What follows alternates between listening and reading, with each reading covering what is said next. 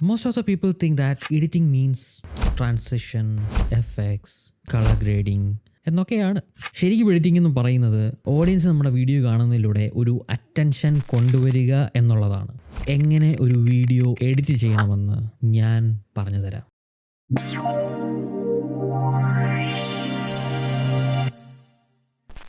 First step എന്ന് പറയുന്നത് ഈ റോ വീഡിയോസ് കംപ്ലീറ്റ് ആയിട്ട് കാണുക എന്നുള്ളതാണ്.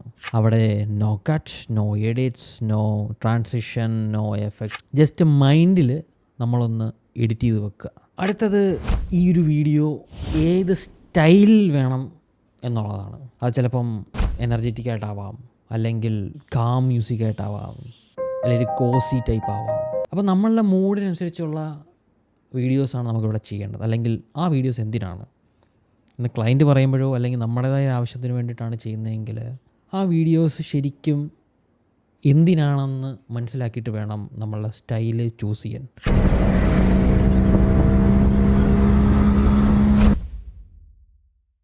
സോ എൻ്റെ സ്റ്റെപ്പ് എന്ന് പറയുന്നത് എന്താണെന്ന് വെച്ച് കഴിഞ്ഞാൽ, ബേസിക്കലി എനിക്ക് എൻ്റെ ക്ലിപ്പുകളെല്ലാം അറേഞ്ച് ചെയ്തതിന് വെച്ചതിന് ശേഷം ഞാൻ ആദ്യം മുതൽ അവസാനം വരെ ഒന്ന് ശരിക്കും കാണും. എന്നിട്ട് ഓക്കെ ഇത് കുഴപ്പമില്ല എന്നുണ്ടെങ്കിൽ, അല്ലെങ്കിൽ ചെറിയ രീതിയിലുള്ള പ്രശ്നങ്ങളുണ്ടെങ്കിൽ, അല്ലെങ്കിൽ ഞാനിപ്പം ശ്വാസം എടുക്കുന്നതിൻ്റെ അവിടെ കുറച്ച് ലാഗ് വരുന്നുണ്ട്. അപ്പോൾ ആ ലാഗൊക്കെ കട്ട് ചെയ്തിട്ടും ഒക്കെ വെച്ചിട്ടാണ് ഞാൻ എൻ്റെ വീഡിയോ കുറച്ചും കൂടെ ക്ലിപ്സ് ആക്കുന്നത്.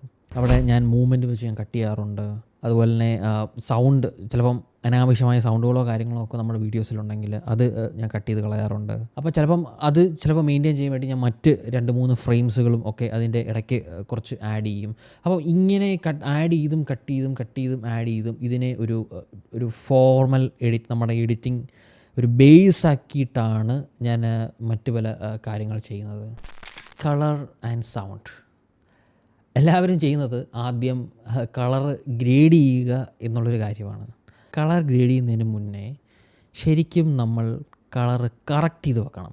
കളർ കറക്ഷൻ എന്ന് പറഞ്ഞു കഴിഞ്ഞാൽ, ഇപ്പം നമ്മുടെ വീഡിയോസിൽ ചിലപ്പം ലൈറ്റ്സ് കൂടുതലായിരിക്കാം, അല്ലെങ്കിൽ അതിന് എക്സ്പോഷർ ഭയങ്കരമായിട്ട് കുറവായിരിക്കാം, അല്ലെ കോൺട്രാസ്റ്റ്, അല്ലെങ്കിൽ ഷാഡോസ്, ഹൈലൈറ്റ്സ്, ബ്ലാക്ക്സ് കൂടുതലായിരിക്കാം. ഇതൊക്കെ നമ്മുടേതായ രീതിയിലൊന്ന് അഡ്ജസ്റ്റ് ചെയ്തിട്ട്, എന്നിട്ട് നമ്മളതിലേക്ക് ടെമ്പറേച്ചർ, സാച്ചുറേഷൻ, അതുപോലുള്ള കാര്യങ്ങൾ, HSL വാല്യൂസൊക്കെ ആഡ് ചെയ്തിട്ട്, ഇത്രയും ആഡ് ചെയ്തതിന് ശേഷം, അല്ലെങ്കിൽ ഇത്രയും ഓക്കെ ആണ് കറക്റ്റ് ചെയ്ത്, അതായത് ഇതിനാണ് കളർ കറക്ഷൻ എന്ന് പറയുന്നത്. അപ്പോൾ ഇത്രയും കളർ കറക്ഷൻ ചെയ്തിട്ടാണ് നമ്മൾ കളർ ഗ്രേഡിങ്ങിലേക്ക് പോകുന്നത്. അല്ലെങ്കിൽ ഇപ്പോൾ കളർ ഗ്രേഡിങ് നമുക്ക് ആവശ്യമുണ്ട് എന്നുണ്ടെങ്കിൽ നമ്മളുടെ ആ മൂഡ് ഏതാണ്, അല്ലെങ്കിൽ നമ്മുടെ ആ ഒരു വീഡിയോസ് എന്ത് മൂഡാണ്, അതിനനുസരിച്ച് അതിനെ കളർ ഗ്രേഡ് ചെയ്യുക. ഇനി സൗണ്ടിലേക്ക് വരുമ്പം, സൗണ്ട് ചിലപ്പം ഞാൻ 2 രീതിയിൽ സൗണ്ട് ഞാൻ ചെയ്യാറുണ്ട്. ഒന്ന്, ആദ്യം തന്നെ സൗണ്ട് എടുത്ത് വെച്ചിട്ട് അതിനനുസരിച്ച് ഞാനത് കട്ട് ചെയ്യും.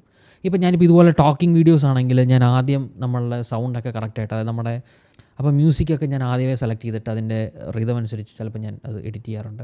അപ്പോൾ അതിനനുസരിച്ചുള്ള മ്യൂസിക്കുകൾ നിങ്ങൾ സെലക്ട് ചെയ്യാൻ നിങ്ങളത് മനസ്സിലാക്കി വെക്കണം. അത് നിങ്ങളുടെ ഒരു സ്കില്ലാണ്. ഓക്കെ, ഈ വീഡിയോ അല്ലെങ്കിൽ ഈ മ്യൂസിക് ഓക്കെയാണ് എന്നുള്ള ഒരു കാര്യം വെച്ചിട്ട്.